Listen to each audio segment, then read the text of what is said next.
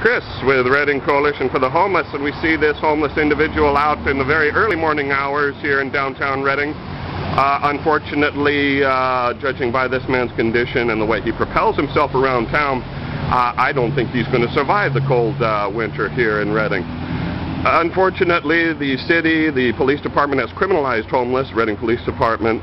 The city of Reading takes tours. They were looking for people like this. Well, here you go, Francie Sullivan.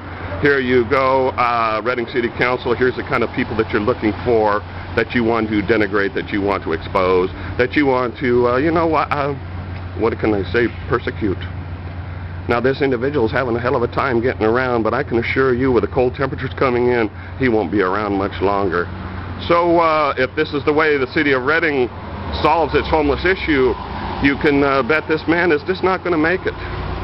Not only does the city of Reading not care about the homeless issues, with these cold temperatures coming in, you can bet, as it has been in the past, that the police department will send their police out and destroy homeless camps during the most coldest periods of time here in Reading.